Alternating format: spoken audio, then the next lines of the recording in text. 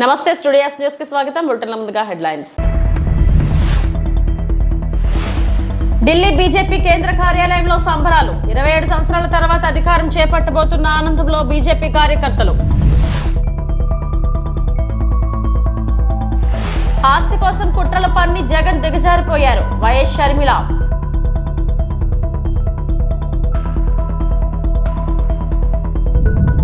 జగన్ 30 ఏళ్ల అధికారంలో ఉంటే మేము 30 తరాలు ఉంటాం. ఎమ్మెల్యే ఆదినారాయణ రెడ్డి.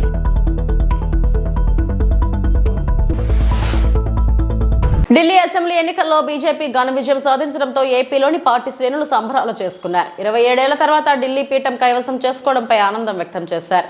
బాణసంచా కాల్చి మిఠాయిలు పంచుకున్నారు. ఢిల్లీ గడ్డ బీజేపీ అడ్డా అంటూ నినాదాలు చేశారు.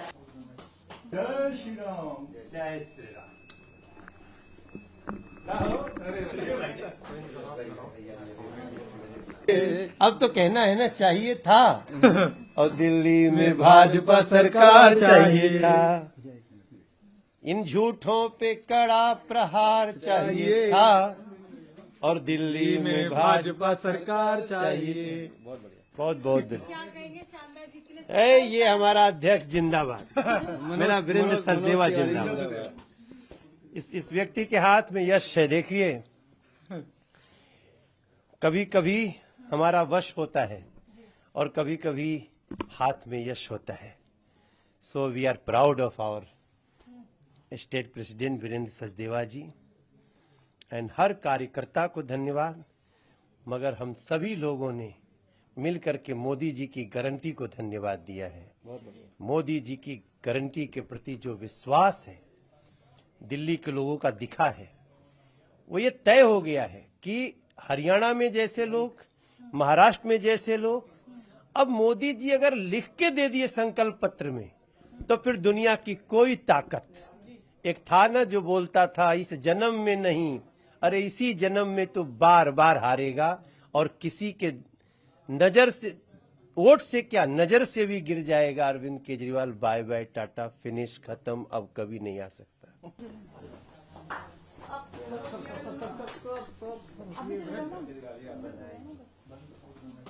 जय श्री राम। जय श्री राम।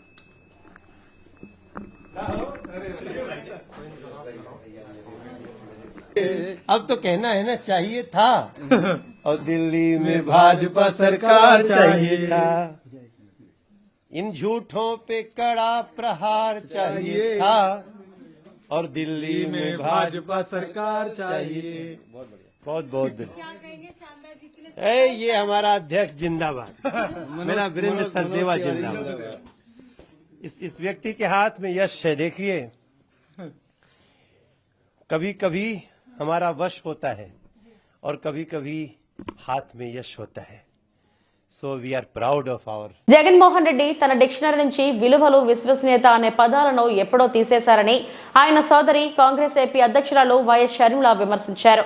షర్మిల మాటలన్నీ అబద్దాలని మీడియా ముందు చెప్పమని విజయసాయిరెడ్డిపై జగన్ ఒత్తిడి తెచ్చారని మండిపడ్డారు. సొంత తల్లి మీద కేసు పెట్టించిన జగన్ కు అసలు విశ్వసనీయత అంటే అర్థమే తెలియదంటూ ఆమె ఘాటుగా విమర్శించారు.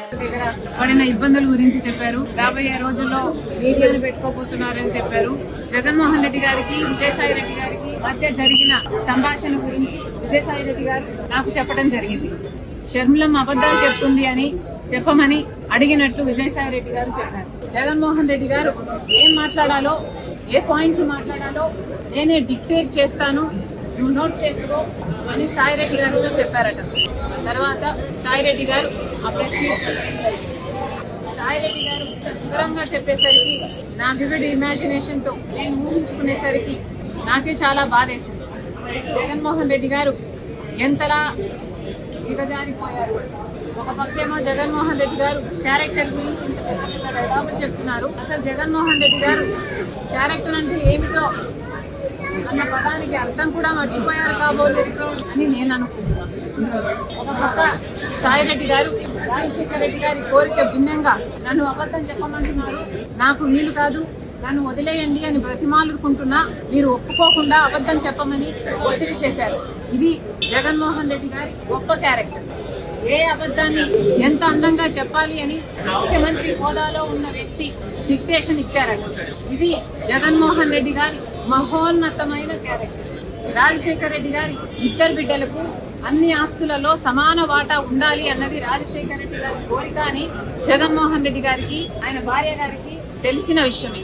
అయినా కూడా సొంత తల్లి అయిన విజయమ్మ గారి మీద కేసు పెట్టారు. సొంత చెల్లి బిడ్డలు తన సొంత మేనల్లుడు మేనకోడలు ఆస్తి కాజేయాలని కుట్రలు పన్ని ఇంత దిగజారిపోయారో జగన్మోహన్ రెడ్డి గారే ఆత్మ పరిశీలన చేసుకోవాలి. జగన్మోహన్ రెడ్డి గారు భార్య భర్తలు ఇద్దరు బైబిల్ ముందరేసుకొని క్యారెక్టర్ ఏమిటో ఎంత దిగజారిపోయారో ఆలోచన చేసుకోవాలి. How will you face God, how will you face dad and how will you face my children. నేను కార్యకర్తలను పట్టించుకోలేదు, తప్పైపోయింది అని ఇప్పుడు బీదేర్పులు ఏరుస్తున్నారు. ఇప్పుడు జగన్మోహన్ రెడ్డి గారు నాయకులు నన్ను వదిలిపెట్టి వెళ్ళకండి, కార్యకర్తలు నన్ను వదిలిపెట్టి వెళ్ళకండి అని అడుక్కుంటున్నారు. అంటే జగన్మోహన్ రెడ్డి గారికి క్రెడిబిలిటీ లేదన్న. విధ్వంసకారుడే జగన్ విధ్వంసం గురించి చెప్పడం ఈ శతాబ్దపు విడ్డూరం. విజయవాడలోని క్యాంప్ కార్యాలయంలో విలేకరుల సమావేశం ఏర్పాటు చేసి మంత్రి డాక్టర్ నిమ్మల రామానాయుడు మాట్లాడటం జరిగింది. చంద్రబాబు పాలనపై జగన్ నోటికి వచ్చినట్టు మాట్లాడిన తీరును తీవ్ర స్థాయిలో తప్పుపట్టడం జరిగింది. పాత్రికేయ మిత్రులందరికీ కూడా నమస్కారాలు తెలియజేసుకుంటూ, ఈరోజు చంద్రబాబు నాయుడు గారి మీద, ఈ ప్రభుత్వ పాలన మీద జగన్మోహన్ రెడ్డి చేస్తున్నటువంటి అడ్డకోలు విమర్శలు చూస్తూ ఉంటే, విధ్వంసకారుడే వచ్చి విధ్వంసం గురించి, విధ్వంసం నిర్వచనం గురించి మాట్లాడుతూ ఉంటే ఈ దశాబ్దపు విడ్డూరంగా ఈరోజు ప్రజలందరూ కూడా భావిస్తున్నటువంటి పరిస్థితి. అడ్డకోలు విధానాలతోటి, పిచ్చి పిచ్చి నిర్ణయాలతోటి, ప్రజాకంటక పాలనతోటి తొగ్లక్ పేరుని ఈ ఆంధ్రప్రదేశ్ రాష్ట్రంలో సుస్థిరం చేసినటువంటి వ్యక్తి జగన్మోహన్ రెడ్డి. ఈరోజు ఈ రాష్ట్రంలో చరిత్రకారులు కానీ, రాజకీయ విశ్లేషకులు కానీ తొగ్లక్ పేరును కూడా మర్చిపోయి తొగ్లక్ పాలన అన్నా, దుష్ట పాలన అన్నా గుర్తుకొచ్చేటువంటిది జగన్ పాలన అని ఈరోజు ప్రజలందరూ కూడా భావిస్తున్నటువంటి పరిస్థితి చూస్తూ ఉన్నాం.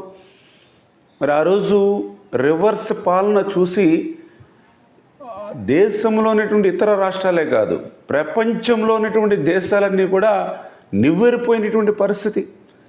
ఆ రోజు అటువంటి రివర్స్ పాలనకు ఉదాహరణ మన పోలవరం ప్రాజెక్టు.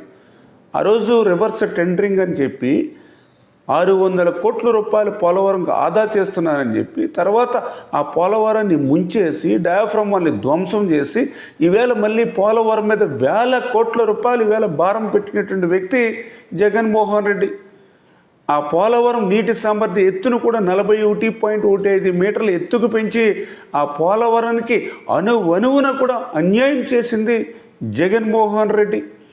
మరి ఏదైతే ఇటువంటి జగన్మోహన్ రెడ్డి ఒక్క పోలవరంలోనే కాదు, మరి ఇటువంటి ఏదైతే రాష్ట్రంలో ప్రతి రంగంలోనూ కూడా మరి ప్రగతి అనేది పాతాళం వైపు పరిగెట్టినటువంటి పరిస్థితి జగన్మోహన్ రెడ్డి పాలనలో మనందరం కూడా చూసినటువంటి పరిస్థితి. ఎక్కడి దొంగలు అక్కడే గప్చిప్ అనేటువంటి విధంగా జగన్మోహన్ రెడ్డి పాలనలో ఎక్కడ పనులు అక్కడే బంద్ అనేటువంటి పరిస్థితి. ఎందుకంటే ఆ రోజు మనం చూసాం, ఎక్కడ కూడా రోడ్లు కానీ, డ్రైన్స్ కానీ, త్రాగునీరు కానీ, ఇట్లా ఏ విధమైనటువంటి మౌలికమైనటువంటి వసతులు లేక ప్రజలు ఎంత కష్టాలు పడ్డారో, అంత అష్టకష్టాలు పడ్డారో మనందరం కూడా చూసినటువంటి పరిస్థితి. నిన్న జగన్మోహన్ రెడ్డి మాట్లాడుతూ బటన్ నొక్కడం బ్రహ్మాండం అంటూ ఉన్నాడు. మరి నువ్వు నొక్కినటువంటి ఆ బటన్ డబ్బులు ఎవరివి, ఎవరికి నొక్కుతున్నావు? అప్పులు తెచ్చావు, అడ్డదారులు తొక్కావు. నిజంగా బటన్ నొక్కడమే బ్రహ్మాండం అయితే మరి నీకు ప్రజలు ఎందుకు బ్రహ్మరథం పట్టలేదు? అదేవిధంగా నువ్వు నిన్న ఏదైతే చంద్రబాబు నాయుడు గారి మీద విమర్శలు చేస్తూ ఉంటే, ఈవేళ తెలుగు జాతి క్షమించరు నిన్న ఎప్పుడు కూడా. ఎందుకంటే ఈవేళ 4 దశాబ్దాల రాజకీయ పరిపక్వత ఉన్నటువంటి పరిపాలన దక్షతుడు ఈవేళ చంద్రబాబు నాయుడు గారు. అటువంటి చంద్రబాబు నాయుడు గారి మీద, పవన్ కళ్యాణ్ గారి మీద, నరేంద్ర మోడీ గారు, ఎందుకంటే వీరు ముగ్గురు మేలు కలయికను తెలుగు జాతి ఆంధ్రులందరూ కూడా ఆమోదించారు. అంచేత వీరిని విమర్శించడం అని అంటే ఆంధ్రులను విమర్శించడం అనే విషయాన్ని ఈ జగన్. తిరుమల శ్రీవారిని ఏపీ బీసీ సంక్షేమ శాఖ మంత్రి సవిత దర్శించుకున్నారు. శనివారం ఉదయం వీఐపీ విరామ సమయంలో స్వామివారి సేవలో పాల్గొని మొక్కులు చెల్లించుకున్నారు. దర్శనానంతరం రంగనాయకుల మండపంలో వేద పండితులు వేదాశీర్వచనం అందించగా ఆలయ అధికారులు స్వామివారి తీర్థ ప్రసాదాలు అందజేశారు.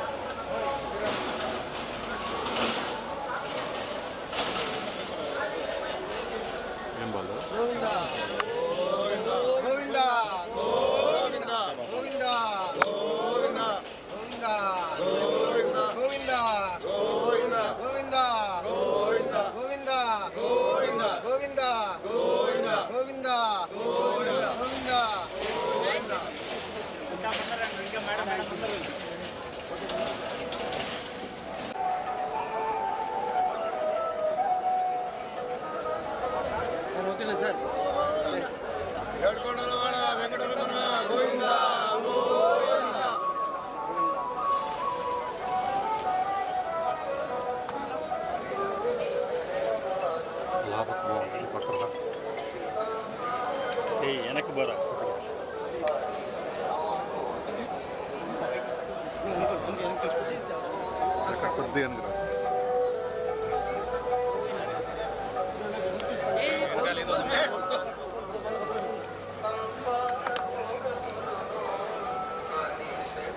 చేయబెట్లు వస్తాను నువ్వు ఎవడు నువ్వు కదా నాకు బిజీ వెల్ఫేర్ కానీ ఫెక్షన్స్ అది ఉంది మార్నింగ్ రైడింగ్ మీద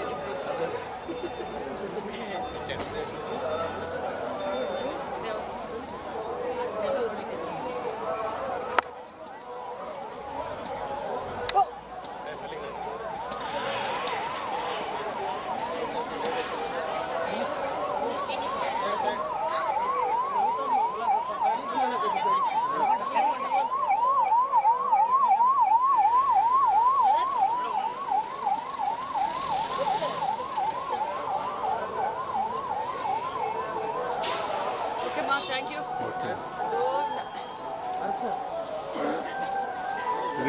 వెహికల్ ఇక్కడ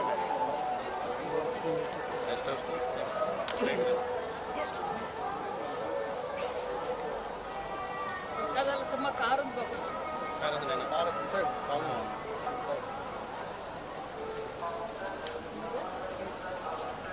అబద్ధాలు అసత్యాలే జగన్ ఎజెండా. టీడీపీ రాష్ట్ర అధ్యక్షుడు పల్లా శ్రీనివాస్ మీడియా సమావేశం. స్థానిక సంస్థల్లో 34% ఉన్న బీసీ రిజర్వేషన్ ను 24% కుదించి 16,000 మందిని పదవులకు దూరం చేసిన బీసీ ద్రోహి జగన్ రెడ్డి ఇప్పుడేమో నా బీసీలు, నా ఎస్సీలు, నా ఎస్టీలు అంటూ గొంతు చించుకుంటున్నారు. కూటమి ప్రభుత్వం అధికారంలోకి వచ్చిన తర్వాత బీసీలకు 34% రిజర్వేషన్లతో బీసీలకు సముచిత స్థానం కల్పిస్తున్నామని పల్లా శ్రీనివాసరావు అన్నారు. ఈయన మాట్లాడితే నా బీసీలు అంటున్నారు. ఈయన 56 కార్పొరేషన్లు పెట్టి బీసీలను అగౌరవపరిచే విధంగా 56 కార్పొరేషన్లు పెట్టి వాళ్ళకి ఎవరికి కూడా ఒక కుర్చీ టేబుల్ కూడా ఇవ్వకంట, ఎవరికి సరైన ఆఫీసు లేకుండా కేవలం నామక వాస్తా మేము బీసీలకి గౌరవిస్తున్నాం అని చెప్పి కార్పొరేషన్ పదవులు ఇచ్చామని చెప్పేసి అవమానించినటువంటి తీరు. అలాగే 34% రిజర్వేషన్ చేస్తానని చెప్పి అది 24% రిజర్వేషన్ చేసి సుమారు 16,000 మందికి రాజకీయ అవకాశాలు కోల్పోయే విధంగా చేసి ఎంతో మందికి ఆ మెడికల్ సీట్స్, ఇంజనీరింగ్ సీట్లు కోల్పోయే విధంగా చేసినటువంటి తీరు. ఈయన వచ్చి నా బీసీలను మాట్లాడుతున్నారు. ఇవన్నీ కూడా దెయ్యాలు వేదాలు వల్లించినట్టుగా ఉందని చెప్పి ఈ సందర్భంగా తెలియజేస్తున్నాం. నిన్న ముఖ్యమంత్రి గారు 4వసారి రాష్ట్రానికి బాధ్యతలు చేపట్టి నిన్న కేబినెట్ మీటింగ్ లోనే 34% రిజర్వేషన్ మేము కల్పిస్తున్నామని చెప్పేసి అనౌన్స్ చేసాం. గతంలో కూడా మేము సుప్రీంకోర్టులో కూడా దీని మీద పోరాటం చేస్తాం. సో నిబద్ధత అంటే ఆ విధంగా ఉండాలి. అలాగే ఈయన సూపర్ 6 కోసం మాట్లాడుతున్నారు. సూపర్ 6 కోసం ఏమీ అమలు కాలేదని చెప్పేసి, మరి అమలు కాకుండానే అన్నా క్యాంటీన్లు ఓపెన్ అయినాయా అని అడుగుతున్నా. అమలు కాకుండానే 1,000 రూపాయలు పెన్షన్ పెంచుతామని చెప్పి మరి పెంచినటువంటి తీరు మర్చిపోయారా అని అడుగుతున్నా. ఇదే 1,000 రూపాయలు పెన్షన్ పెంచుతామని చెప్పి 250 రూపాయలు పెంచుకుంటూ పోతామని చెప్పారు. ఇవన్నీ కూడా ప్రజలు గమనించట్లేదు అనుకోవద్దు. అందుకే జగన్మోహన్ రెడ్డి గారు మాట్లాడుతుంటే అది దెయ్యాలు వేదాలు వల్లించినట్టుగా ఉందని చెప్పేసి ఈ సందర్భంగా తెలియజేస్తున్నాం. చెప్పాలంటే ఇందాక చెప్పాను, ప్రజా తీర్పు ఏ నాయకుడికైనా సరే ప్రజలు ఇచ్చినటువంటి తీర్పును గౌరవించాల్సినటువంటి అవసరం ఉంది. 23 సీట్లు అప్పటికే 3 మార్లు ముఖ్యమంత్రిగా చేసినటువంటి వ్యక్తి చంద్రబాబు నాయుడు గారు ప్రజా తీర్పును గౌరవించి అసెంబ్లీలో కూర్చొని ప్రజల యొక్క బాణిని వినిపించినటువంటి తీరు మీరు గమనించాలి. వైకాపా అధ్యక్షుడు జగన్మోహన్ రెడ్డి మరో 30 ఏళ్ల పాటు అధికారంలోకి ఉంటామని ఉత్తుత్తి మాటలు మాట్లాడుతున్నారని జమ్మలమడుగు బీజేపీ ఎమ్మెల్యే ఆదినారాయణ ఎద్దేవా చేశారు. ఆయన 30 ఏళ్లు ఉంటే తాము కూడా 30 తరాలు అధికారంలో ఉంటామని వ్యాఖ్యానించారు. నోటికి ఎంత వస్తే అంత మాట్లాడటం మంచిది కాదని జగన్ కు ఆదినారాయణ రెడ్డి హితవు పలికారు. కేంద్ర రాష్ట్రంలో బీజేపీ ప్రభుత్వం అధికారంలో ఉన్న కారణంగా వికసిత్ భారత్ వైపు అడుగులు వేస్తున్నామని వ్యాఖ్యానించారు.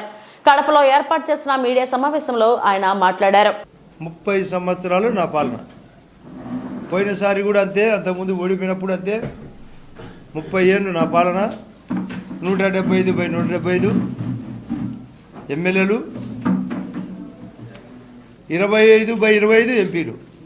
పోలింగ్ తర్వాత కూడా ఆయన మాట తప్పినారు అనేది ఆయనకు అలవాటది.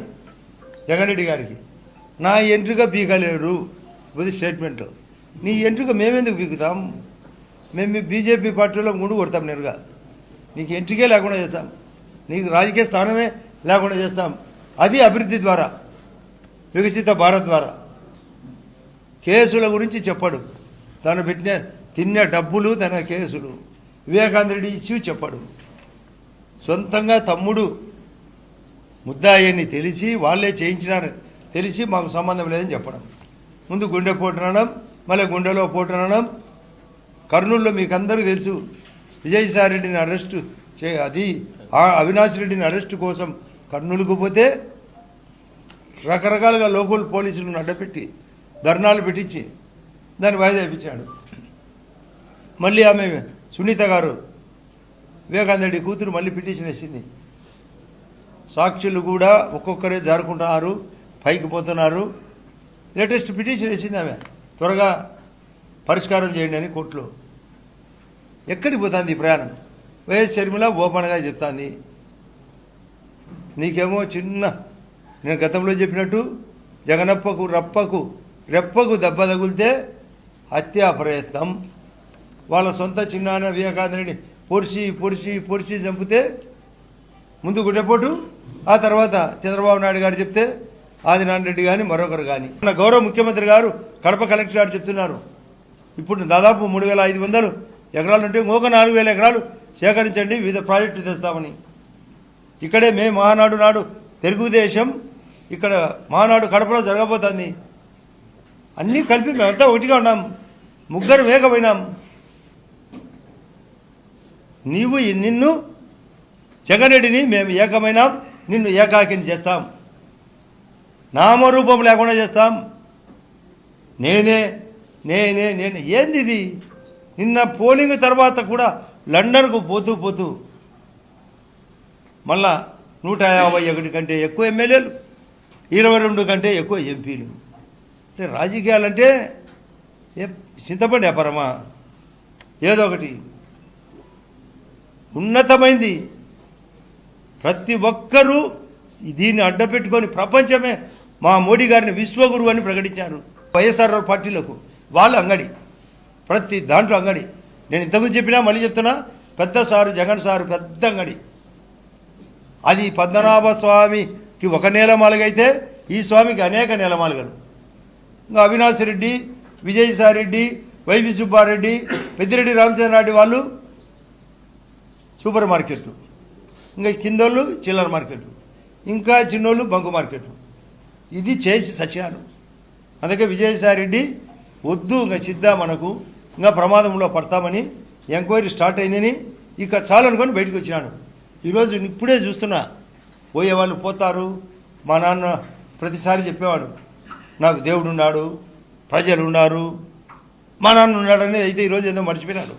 అన్నమయ్య జిల్లా రైల్వే కోడూరు నియోజకవర్గం పుల్లంపేటలో ఢిల్లీలో బీజేపీ అత్యధిక స్థానాలు సంపాదించడంతో పుల్లంపేటలోని మండల అధ్యక్షుడు మనోహర్ రెడ్డి బీజేపీ కార్యకర్తలు టపాకాయలు పేల్చి స్వీట్లు పంచి సంబరాలు చేసుకున్నారు.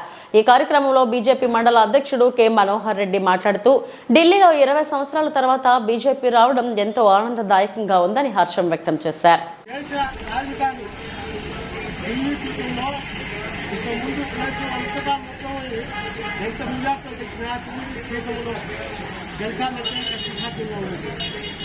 మన రాజధాని అయిన ఢిల్లీ పీఠంలో ఈ గుర్తు అత్యధిక మెజార్టీలో ప్రజలు మేల్కొని బీజేపీకి పట్టం కట్టారంటే ఢిల్లీ ప్రజలు ఇప్పటికీ కళ్ళు తెచ్చారనమాట.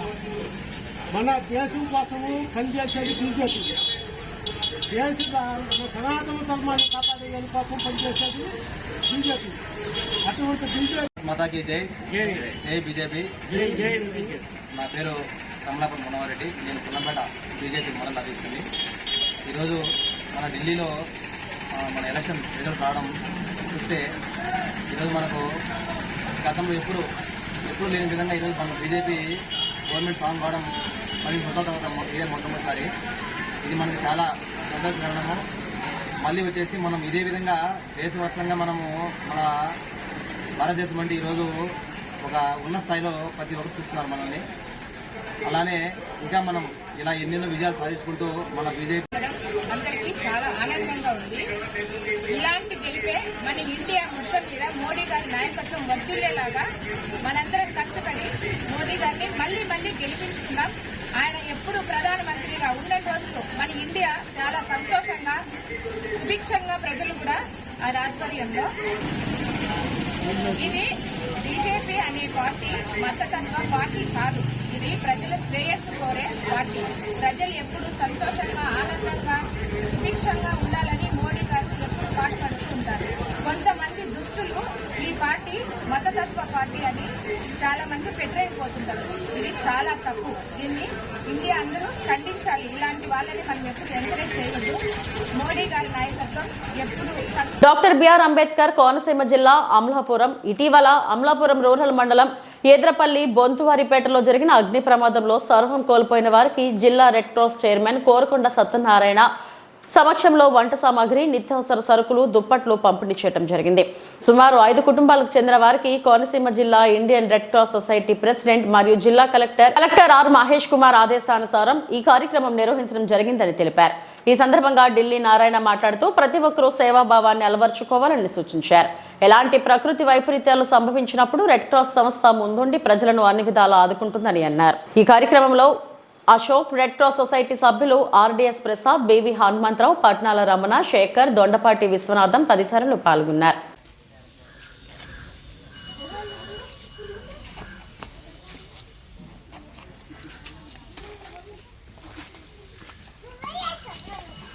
అందరికీ నమస్కారం.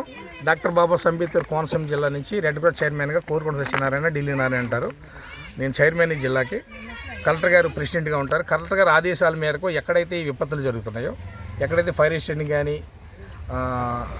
అనుకోకుండా జరిగే ఆపదల్ని రెడ్ క్రాస్ ముందుండి దానికి సహాయం చేయడంలో ముందడుగులో ఉంటుంది. ఎక్కడ జిల్లాలు ఎక్కడ జరిగినా కూడా అటువంటి కార్యక్రమం జరుగుతున్నప్పుడు